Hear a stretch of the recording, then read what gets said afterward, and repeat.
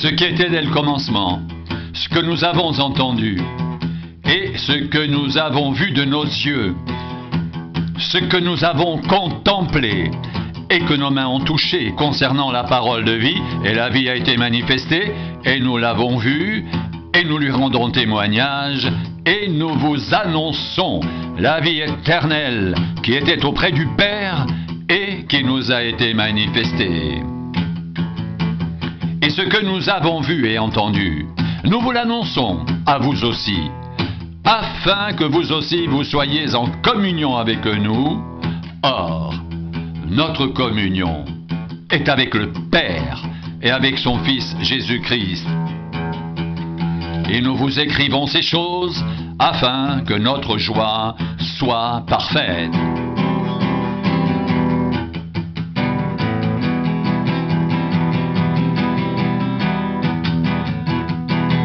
La nouvelle que nous avons apprise de lui et que nous vous annonçons, c'est que Dieu est lumière et qu'il n'y a point en lui de ténèbres.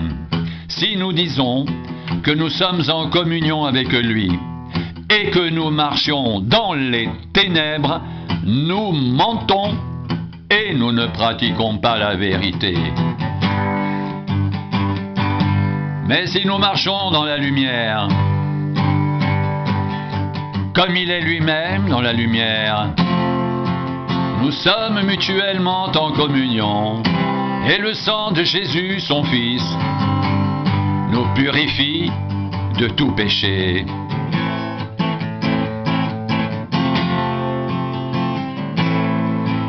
Mais si nous marchons dans la lumière, comme il est lui-même dans la lumière, nous sommes mutuellement en communion, et le sang de Jésus, son Fils, nous purifie de tout péché.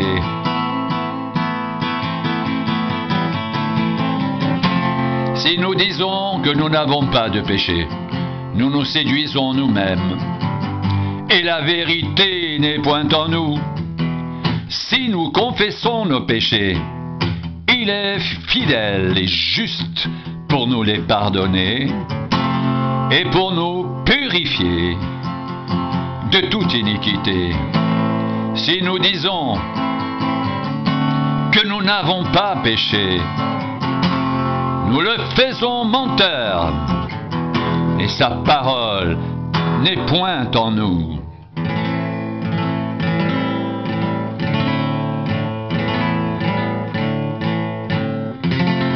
Mes petits enfants, je vous écris ces choses, afin que vous ne péchiez point. Et si quelqu'un a péché, nous avons un avocat auprès du Père Jésus-Christ le juste. Il est lui-même une victime expiatoire pour nos péchés, et non seulement pour les nôtres, mais aussi pour ceux du monde entier. Si nous gardons ses commandements, nous savons par cela que nous l'avons connu. Celui qui dit « je l'ai connu » et qui ne garde pas ses commandements est un menteur, et la vérité n'est point en lui. Mais l'amour de Dieu est véritablement parfait en celui qui garde sa parole. Par cela nous savons que nous sommes en lui. Celui qui dit qu'il demeure en lui doit marcher aussi, comme il a marché lui-même.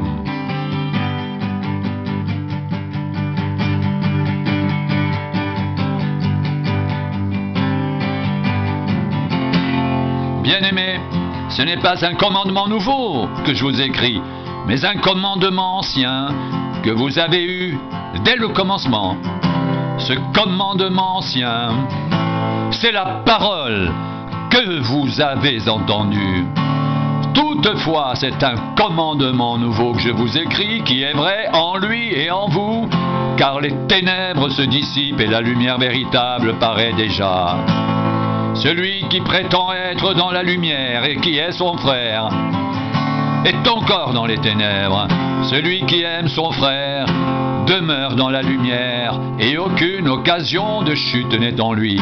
Mais celui qui est son frère est dans les ténèbres, il marche dans les ténèbres, et il ne sait où il va, parce que les ténèbres ont aveuglé ses yeux.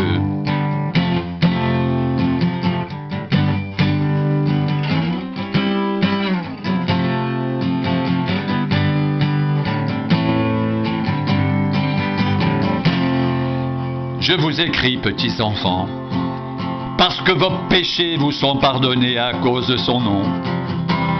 Je vous écris, Père, parce que vous avez connu celui qui est dès le commencement. Je vous écris, jeunes gens, parce que vous avez vaincu le malin. Je vous ai écrit, petits enfants, parce que vous avez connu le Père. Je vous ai écrit, Père, parce que vous avez connu celui qui est dès le commencement. Je vous ai écrit, jeunes gens, parce que vous êtes forts.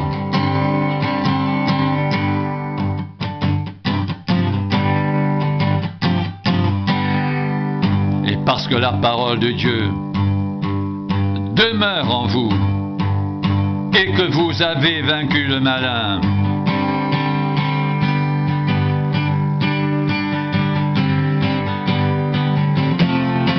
N'aimez point le monde, ni les choses qui sont dans le monde.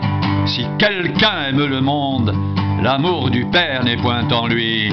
Car tout ce qui est dans le monde, la convoitise de la chair, la convoitise des yeux et l'orgueil de la vie, ne vient point du Père mais vient du monde. Et le monde passe et sa convoitise aussi, mais celui qui fait la volonté de Dieu demeure éternellement.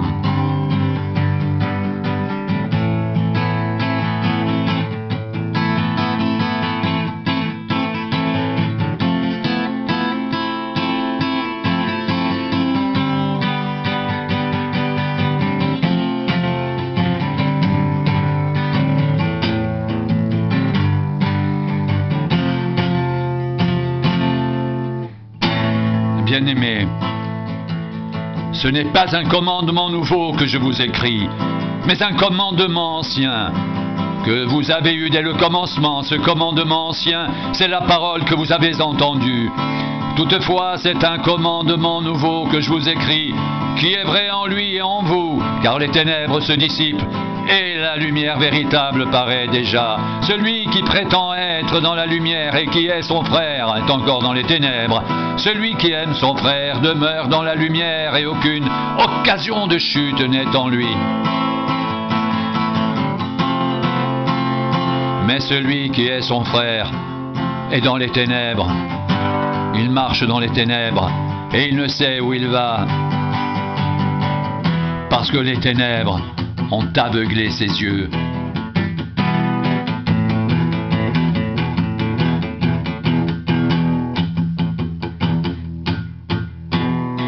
Je vous écris, petits enfants, parce que vos péchés vous sont pardonnés à cause de son nom.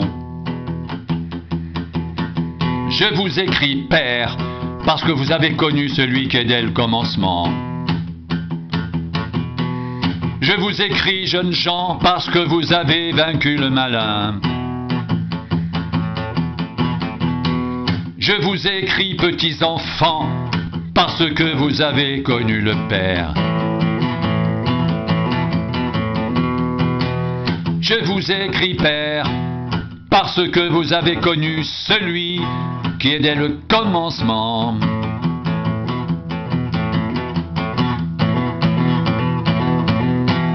Je vous ai écrit, jeunes gens, parce que vous êtes forts et que la parole de Dieu demeure en vous et que vous avez vaincu le malin.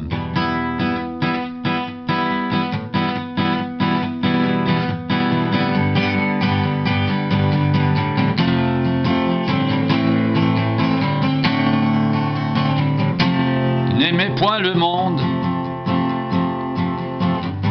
ni les choses qui sont dans le monde. Si quelqu'un aime le monde, l'amour du Père n'est point en lui. Car tout ce qui est dans le monde, la convoitise de la chair, la convoitise des yeux et l'orgueil de la vie ne vient point du Père, mais vient du monde, et le monde passe. Et sa convoitise aussi.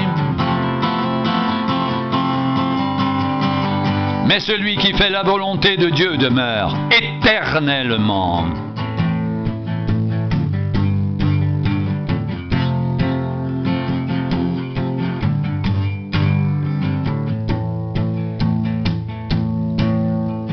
Je vous écris, petits enfants, parce que vos péchés vous sont pardonnés à cause de son nom. Je vous écris, Père, parce que vous avez connu celui qui est dès le commencement. Je vous écris, jeunes gens, parce que vous avez vaincu le malin. Je vous ai écrit, petits enfants, parce que vous avez connu le Père. Je vous ai écrit, Père, parce que vous avez connu celui qui est dès le commencement. Je vous ai écrit, jeunes gens, parce que vous êtes forts et que la parole de Dieu demeure en vous, et que vous avez vaincu le malin. N'aimez point le monde, ni les choses qui sont dans le monde. Si quelqu'un aime le monde, l'amour du Père n'est point en lui. Car tout ce qui est dans le monde, la convoitise de la chair, la convoitise des yeux et l'orgueil de la vie, ne vient point du Père, mais vient du monde, et le monde passe, et sa convoitise aussi.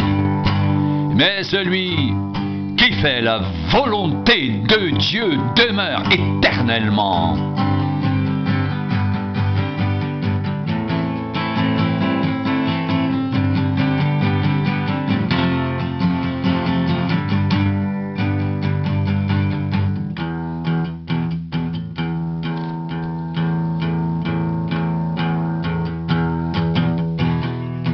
Petits enfants, c'est la dernière heure.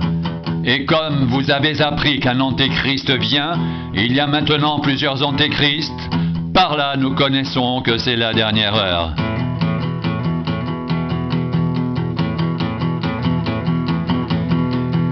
Ils sont sortis du milieu de nous, mais ils n'étaient pas des nôtres. Car s'ils avaient été des nôtres, ils seraient demeurés avec nous. Mais cela est arrivé afin qu'il soit manifeste que tous ne sont pas des nôtres. Pour vous, vous avez reçu l'onction de la part de celui qui est saint, et vous avez tous de la connaissance. Je vous ai écrit, non, que vous ne connaissiez pas la vérité, mais parce que vous la connaissez, et parce qu'aucun mensonge ne vient de la vérité.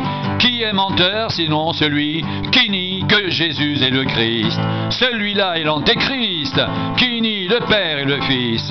Quiconque nie le Fils n'a pas non plus le Père. Quiconque se déclare publiquement pour le Fils a aussi le Père.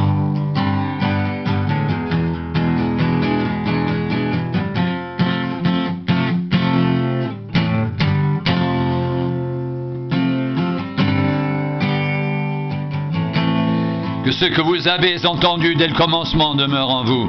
Si ce que vous avez entendu dès le commencement demeure en vous, vous demeurerez aussi dans le Fils et dans le Père. Et la promesse qu'il nous a faite, c'est la vie éternelle.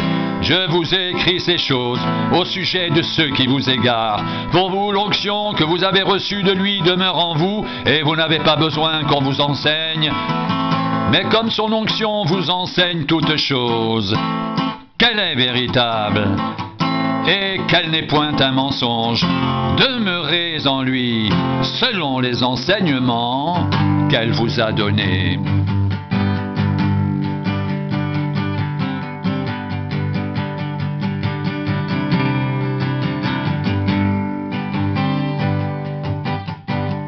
Et maintenant, petits enfants, demeurez en lui, afin que lorsqu'il paraîtra, nous ayons de l'assurance et qu'à son avènement, nous n'ayons pas la honte d'être éloignés de lui. Si vous savez qu'il est juste, reconnaissez que quiconque pratique la justice est né de lui. Voyez quel amour le Père nous a témoigné pour que nous soyons appelés enfants de Dieu. Et nous le sommes. Si le monde ne nous connaît pas, c'est qu'il ne l'a pas connu. Bien-aimés, nous sommes maintenant enfants de Dieu. Et ce que nous serons n'a pas encore été manifesté. Mais nous savons que lorsqu'il paraîtra, nous serons semblables à lui. Parce que nous le verrons tel qu'il est. Quiconque a cette espérance en lui se purifie comme lui-même est pur.